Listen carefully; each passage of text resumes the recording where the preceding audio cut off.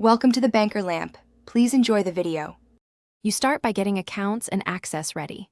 Sign into the same Apple ID where Apple Intelligence is enabled and enable two-factor authentication so the feature can verify you. Make sure each device runs the latest OS or has web access to iCloud and Apple services. This avoids compatibility blocks. Once done, open Settings or iCloud.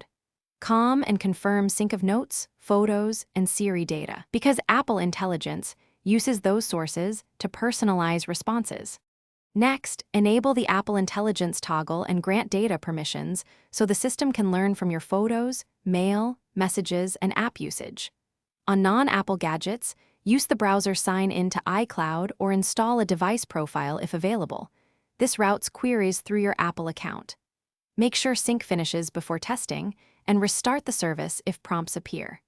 You do this because the intelligence model needs continuous, authorized data flow to produce accurate, personalized output. Finally, test the setup with practical prompts and check that responses reflect your data and preferences. If results are off, tweak privacy and sync settings so the right sources are accessible, and retrain by giving corrective feedback. If you encounter errors, sign out and back in, reauthorize the account on the device, and clear browser or app cache. That usually restores proper connectivity. One key troubleshooting tip: confirm two-factor authentication prompts are accepted on a trusted device to avoid silent failures.